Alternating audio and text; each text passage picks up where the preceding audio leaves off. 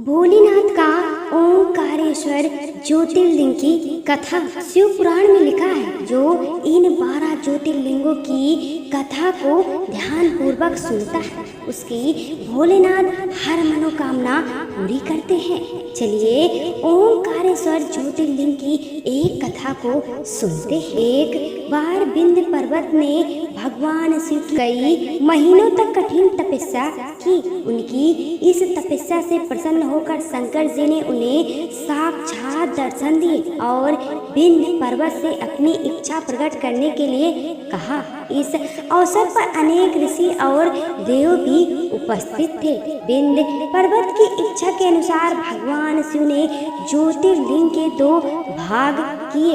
एक का नाम ओंकारेश्वर रखा तथा दूसरा ममलेश्वर रखा। ओंकारेश्वर में ज्योतिर्लिंगों के 2 रूप की पूजा की जाती है। ओंकारेश्वर ज्योतिर्लिंग से संबंधित अन्य कथा के अनुसार भगवान के महान भक्त अम्बरीश और मुचकुंद के पिता सूर्यवंशी राजा मानधाता ने इस स्थान पर कठोर तपस्या करके भगवान शंकर को प्रसन्न किया था। उस महान पुरुष मानधाता के नाम पर ही इस पर्वत का नाम मानधाता पर्वत हो गया।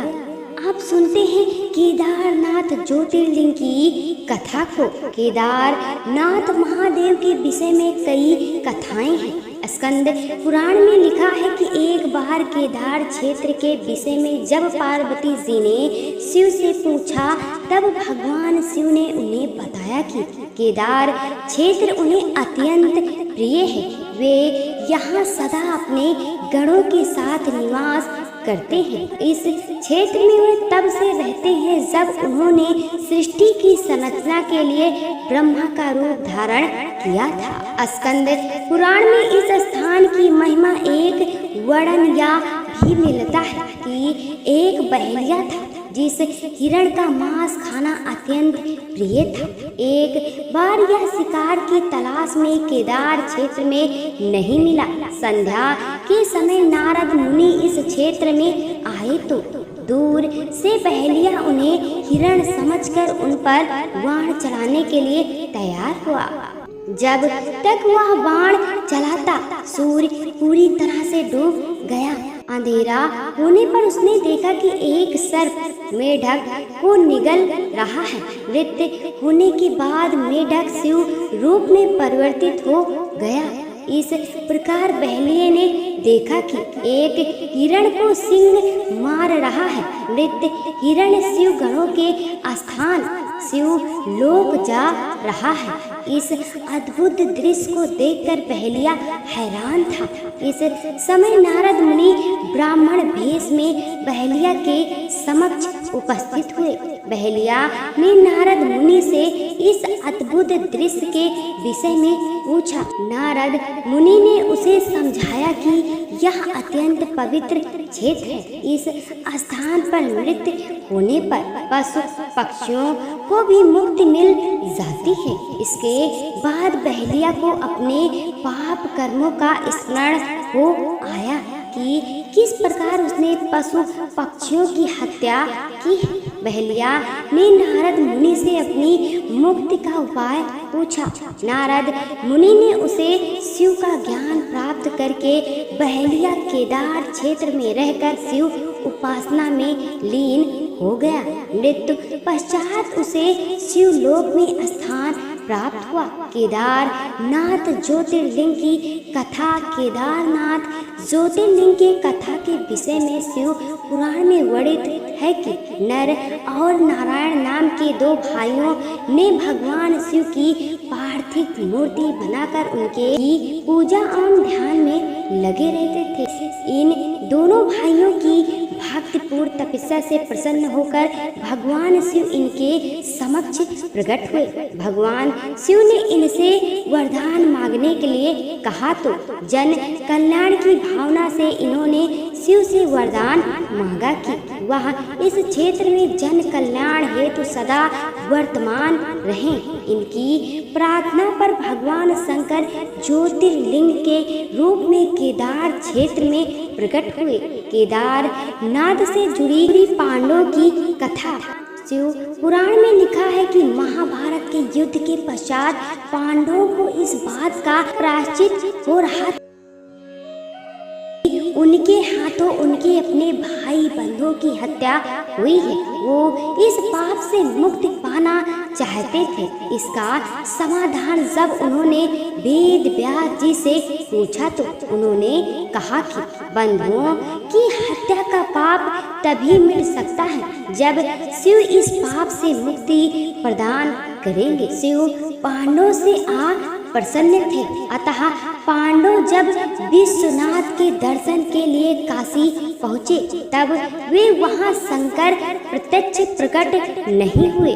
शिव को ढूंढते हुए जब पांचों पांडव केदारनाथ पहुँच गए, पांडवों को आया देखकर शिव ने भैंस का रूप धारण कर लिया और भैंस के झुंड में शामिल हो गए। शिव की पहचान करने के लिए भीष्म एक गुफा के मुंह के पास पैर फैलाकर खड़ा हो गया। सभी भैंस उनके पैर के बीच से होकर निकलने लगी, लेकिन भैंस बने शिव ने पैर के बीच से जाना स्वीकार नहीं किया। इससे पांडवों ने शिव को पहचान लिया। के बाद शिव वहां भूमि में विलीन होने लगे तथा भैंस बने भगवान शंकर को भीष्म ने पीठ की तरह से पकड़ लिया। भगवान शंकर पांडवों की भक्ति और दृढ़ निश्चय को देखकर प्रकट हुए तथा उन्हें पापों से मुक्त कर दिया।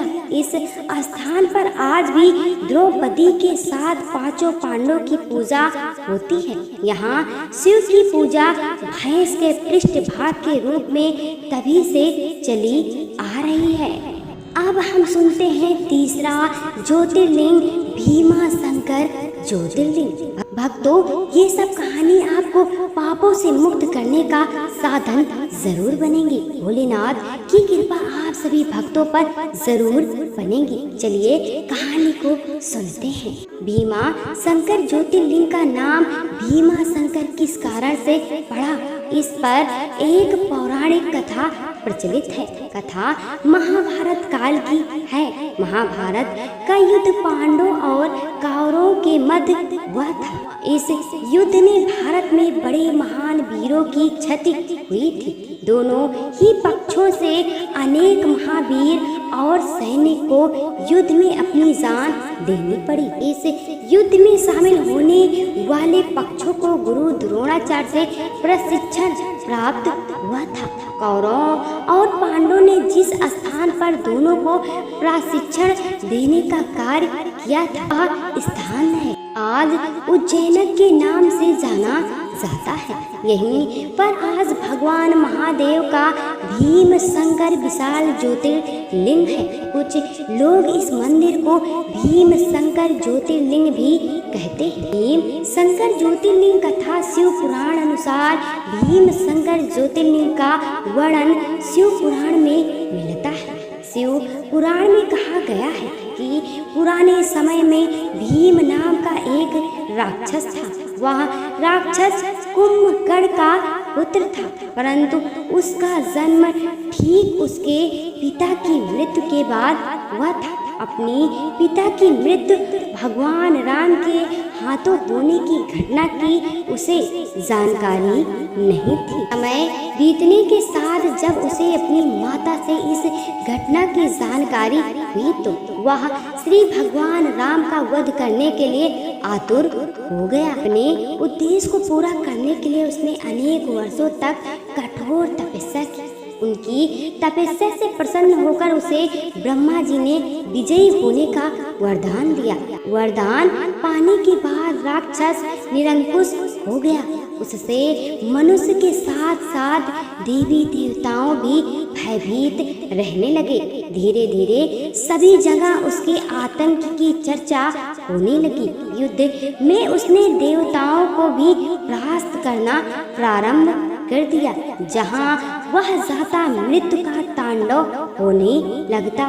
उसने सभी और पूजा पाठ बंद करवा दी। अत्यंत परेशान होने के बाद सभी देव भगवान शिव के शरण में गए। भगवान शिव ने सभी को आश्वासन दिलाया वे इसका कोई उपाय निकालेंगे। भगवान शिव ने राक्षस को नष्ट कर दिया। भगवान शिव से सभी देवों ने आग्रह किया कि वे इस स्थान पर शिवलिंग रूप में विराजित हो। उनकी इस प्रार्थना को भगवान शिव ने स्वीकार किया और वे भीमा शंकर ज्योतिर्लिंग के रूप में आज भी यहाँ विराजित हैं। प्यारे दोस्तों, आज हम 3 ज्योतिर्लिंग की महान कथा को सुने हैं, साथ ही आप सभी भक्तों ने भी सुना है। भोलेनाथ की कृपा आप सभी भक्तों पर सदा बनी रहे और आगे की ज्योतिर्लिंगों की कथा दूसरी वीडियो में सुनेंगे। साथ ही वीडियो पसंद आए तो प्लीज चैनल को लाइक सब्सक्राइब जरूर करें। कमेंट में हर हर महादेव जरूर लिखें। अपना और अपनों का ख्याल रखें। हंसते और मुस्कुराते रहें। हर हर महादेव। ओम नमः शिवाय।